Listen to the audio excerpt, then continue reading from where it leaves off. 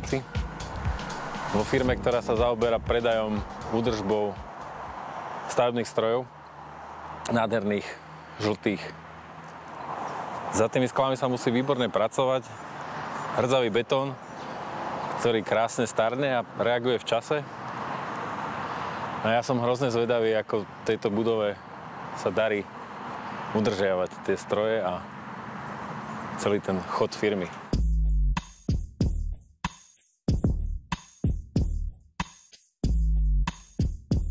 To atrium má úžasnú atmosféru. Myslím, že tu celá tá práca začala asi niekde. A je to tam úplne nadúpané prácou. Prechádza to sem dovnútra, do super výborného komunikačného priestoru. Veľmi decentne. Aj to ide aj do výšky, aj do šírky. Milovaná vzducholeď. Graf Zeppelin. Zaujímavé, tak malé a pritom veľmi veľké.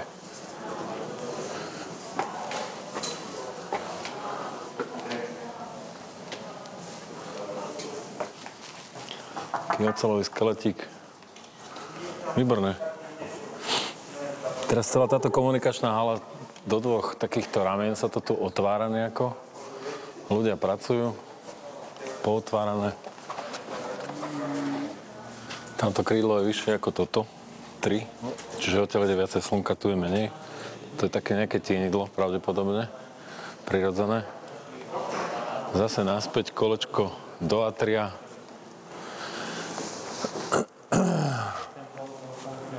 No dobrá atmosféra pracovná.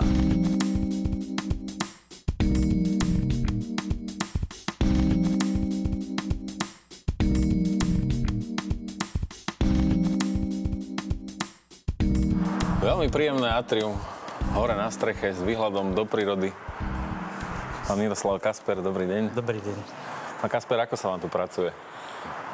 Veľmi príjemne. Táto téma je o udržateľnosti. Dopredu ste mali taký nejaký zámysel, respektíve po tom roku a pol už viete nejak vysledovať, že je to nejak nákladovo rozumne vyriešená budova, alebo akým spôsobom je šetrná k životnému prostrediu, povedzme? Určite má z hľadiska ekológie alebo z hľadiska životného prostredia táto budova veľa prínosov. Máme tu v tej technologickej časti tepelné čerpadlá, ktoré ukázali už svoju kvalitu a svoj výkon aj počas tuhých mrazov, ktoré boli v poslednej zime. No a zase v tomto období, keď boli horúce dni, cez tých 35 stupňov, tak ste si dochladili občas. V týchto priestoroch bola úplná pohoda, bolo celkom príjemné. Áno, tak to atrium je tam výborne vyriešené, vlastne tam je celá administratívna časť, hej? Áno, budova je riešená vlastne v podstate na administratívnu a servisné zázemie, pričom okrem servisného zázemia sú aj sklady náhradných dielov, veľmi moderne riešené, myslím si, na špičkovej úrovni. Veľmi nám pomohli návštevy vlastne Nemecka a jednotlivých tých stredísk v Nemecku. A tam sme aj v spolupráci s našimi architektmi urobili niekoľko návštev a oni vlastne ten svoj koncept trošku ešte modifikovali, upravovali podľa tých zistení.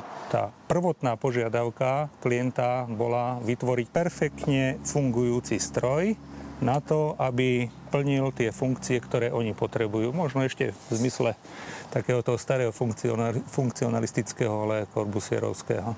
Začínalo sa funkcionalitou pozemku a obmedzenia, ktoré tu sú v tej lokalite, trebárs aj tá diaľnica, ten hluk z tej diaľnice a zároveň orientácia na mesto, z toho vyplynulo akýsi koncept atria a presvetlenia denným svetlom tej stavby zvnútra.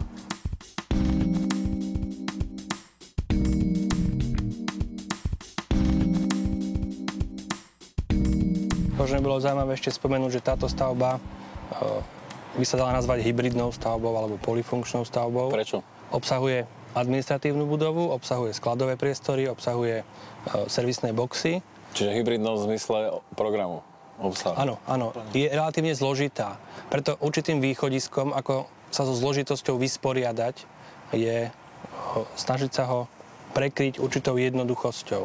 Tá jednoduchosť, ktorá nám scelí tú budovu a vytvorí aj určité pozadie pre stavebné stroje, ktoré sú okolo nej vystavené. Oni sami o sebe sú veľmi zložité a aj farebne sú zaujímavé a upozorňujú na seba. Preto sme si povedali, že budova by mohla byť skôr neutrálna a jej obvodový plášť by ju mohol sceliť do akéhosi jednoduchého výtvarného pozadia pre tie stroje. Trvalá udržateľnosť, jaká bola téma, keď ste sa o tomto všetkom takom družnom trialógu bavili, tak ako došli ste aj na túto tému? Ja ten trvalo udržateľný rozvoj aj s kolegami chápeme tak, že to nemá byť nejaká mechanická aplikácia nejakých kritérií, ktoré sú tabuľkovo nejakým spôsobom akože určené, ale v danom čase, na danom mieste, za daných podmienok by sme mali tú budovu vždy spraviť najlepšie, ako vieme. Aj z hľadiska užitkových vlastností a aj z hľadiska napríklad energetických a tých záťažových. Oni nemali požiadavku, že by to malo byť ekologické. Nemali ani požiadavku, že by to malo byť najlacnejšie. To rozhodne nie. Takže Malo ich to aj reprezentovať napríklad. celé sa to premietlo proste do tejto formy, ktorá sa po dlhých hodinách sedenia ako vykreslila nejak takto. Možno by bolo zaujímavé k tomu atriu ešte dodať, že on vlastne rozdeľuje ten open space na dve časti a tým pádom ten open space nepôsobí takým tým telocvičňovým dojmom, ale majú tí ľudia vo vnútri vytvorenú určitú krajinu. Tá ich centrálna hala je možno akýmsi fórom alebo námestím pre nich, kde sa môžu stretávať, dať si kávičku. Istým spôsobom sme chceli vniesť do toho interiéru aj nejaký dojem z toho exteriéru, čiže keď nám v zime nasneží, majú tam okolo seba sneh, keď nám prší, cítia ten dážď, vidia ho, takže myslím si, že dať určitým spôsobom viacej rovín vnímania do takej utilitárnej budovy nemôže byť na škodu jednoducho. Pretože človek potrebuje podnety. Čím má ich viac, tak tým žije svoj život možno bohatšie. No o tom je tá architektúra, to je o tej srande, lebo tiež to prvotné zadanie, táto budova nie je nič iné, keď to tak zvulgarizujem, ako taká plechová krabica na bagre. Ale myslím si, že všetci cítime, že ten výsledok je trošku iný. Napríklad asi na tom, na čom sme sa najviac nejakým spôsobom nahádali, bol tento obvodový plášť. Viem si ho predstaviť aj lacnejší. Ale za 10 rokov alebo 15 by ho musel vymeniť. Inteligentný investor vie vycítiť možno také veci, že tá estetika okrem iného je pre neho aj marketingový aspekt, že tú budovu si niekto všimne, že si ju zapamätá, že nebude musieť vysvetľovať, ako ho klient nájde. A tá architektúra, to, čo som povedal, že to Ačko a tá kvalita má aj takéto reálne výstupy, že možno tí ľudia sa budú trošku lepšie cítiť ako v nejakom menej peknom priestore a bude sa im to lepšie pracovať. Ja si myslím, že teda by ste to asi nerobili nejako inak, že? Dneska, keby ste to mali robiť? Či? Veľa svojich prác by som robil inak, ale túto by som na tomto mieste asi spravil rovnako. Výborné. Minimálne podobne. Ale keby oni chceli po nás ďalšiu budovu niekde inde, tak by som ju určite nerobil takto.